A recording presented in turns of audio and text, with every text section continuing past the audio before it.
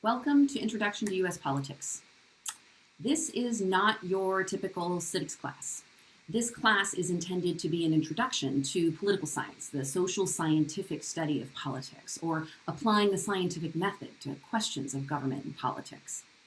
And so in this class, we're going to tackle all sorts of questions, like why apparently 25% of Americans don't believe that the 2020 U.S. election was legitimate, according to a recent Reuters poll. Why does it seem like so many Americans view their political adversaries as enemies, as dangerous to them?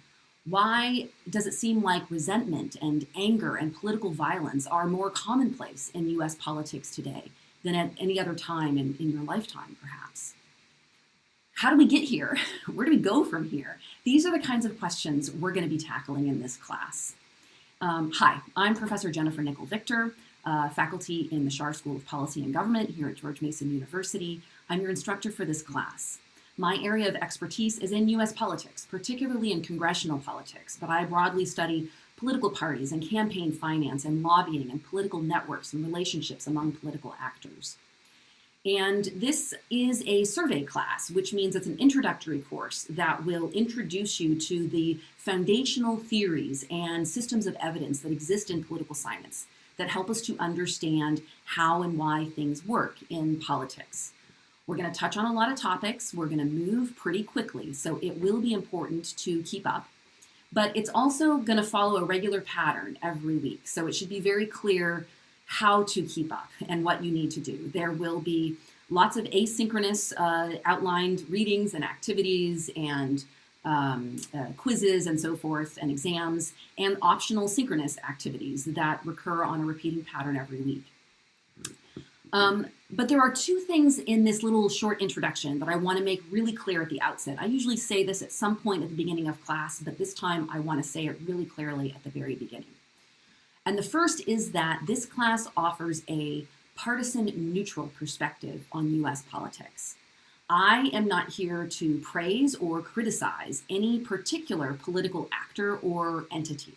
I don't want to be here to celebrate or to take sides. I will not share my personal political beliefs with you, and I will never solicit your personal political beliefs. I frankly don't care what you think about politics.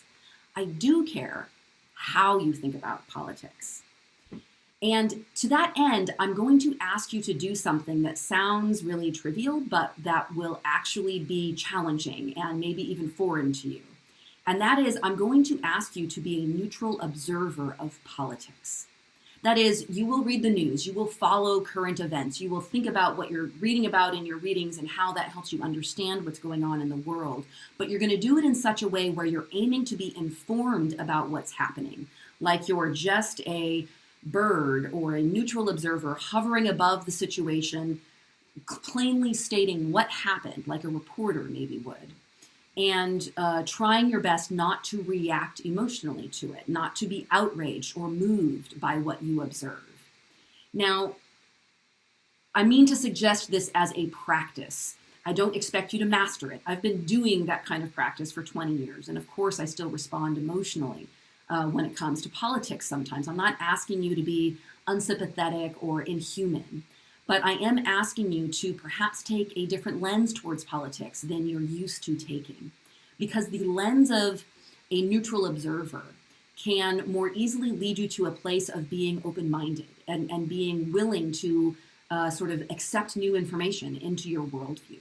And that's going to be really important for helping us to understand what and why is happening in U.S. politics right now. And we're going to try to do all of this from a place of mutual respect, right? But that being said, the second thing that I want to say from the outset here is that I do have two big sort of biases that I will express normative preferences on throughout the class, and they are for science and for democracy. Now, when it comes to science, this is a social science class. It's an introduction to a social science. And that means that we are going to adhere to the epistemological philosophy that you can use a scientific process of questioning and making observation and evaluating evidence and drawing inference in order to better understand a question or the world. And we're going to use reason and fact. And when reason and fact come into question, we will adjudicate it. and be judicious in our evaluation of those. And I will also occasionally talk about democracy as a preferred form of government, and specifically the Republican, small r, Democratic, small d, here I'm not referring to the political parties, the representative form of so-called liberal democracy, in which individuals' rights and collective freedoms are valued.